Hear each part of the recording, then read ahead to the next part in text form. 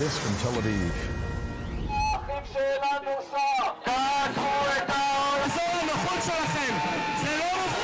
So you had massive protests erupting across Israel. The families of many of the hostages joining those calling for a ceasefire in one of the most forceful demonstrations since the war began, putting new pressure on the Prime Minister, Benjamin Netanyahu, after nearly 6 months of war against Hamas. Former Secretary of State Mike Pompeo, now Fox News contributor. Sir, nice to have you back on our program, and thanks for being here today.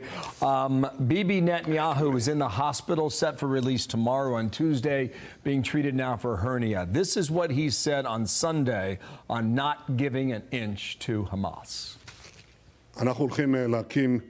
I'm doing everything and will do everything to bring our loved ones home. If we don't stand together to rebuff attacks, then nobody else will do it for us.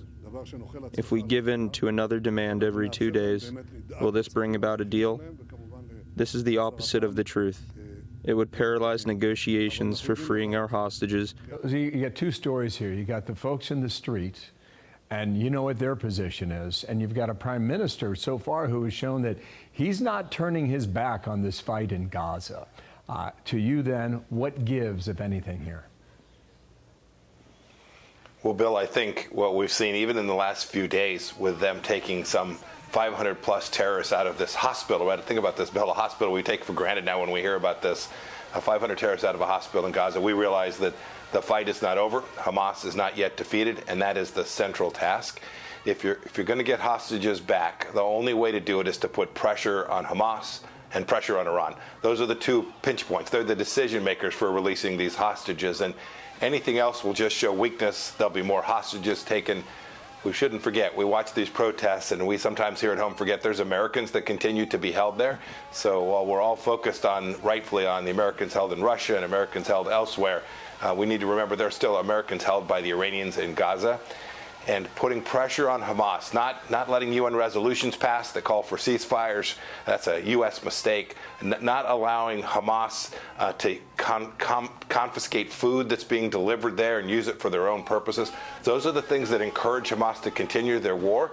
They need to be defeated, Bill. That's the only answer to getting these people home. Okay, you mentioned the hospital, Al-Shifa Hospital, northern part of Gaza, Gaza City. That's been the center of a lot of action over the last couple of weeks. Former Prime Minister Naftali Bennett sent this tweet out a few hours ago. He talked about 6,000 civilians evacuated.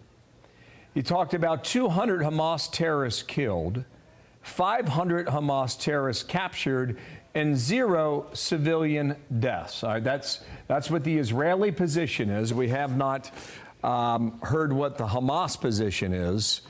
But what he went on to say is that this is unprecedented in urban warfare. Now, you're an Army man. You understand it better than most. How do you interpret the operation that is still, well, wrapped up as of now because the Israeli forces pulled back in the last 24 hours? Bill, you know this. We've seen this when our young men and women were fighting in Iraq and elsewhere. Urban warfare is incredibly difficult. If they pulled any of this off remotely, as described by former Prime Minister Bennett, that is an amazing accomplishment. Even if there were a handful of civilians that were killed, to get 500 terrorists captured, to kill a couple hundred more, and to have that much minimal collateral damage is a remarkable feat. It only goes to say what I think most of us have known all along, Bill. The Israelis are fighting this in a way that the world should recommend to others. They're doing this in a way that's fundamentally decent, doing their level best to defeat Hamas, while Hamas is trying to put civilians in the way of the line of fire. I guess one other thought as I watched what happened in that hospital.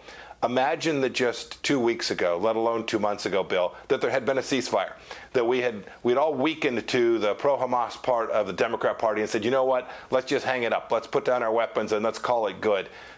Those 500, 700, 900 terrorists would perform October 7th all over again, and that would put even more Americans at risk.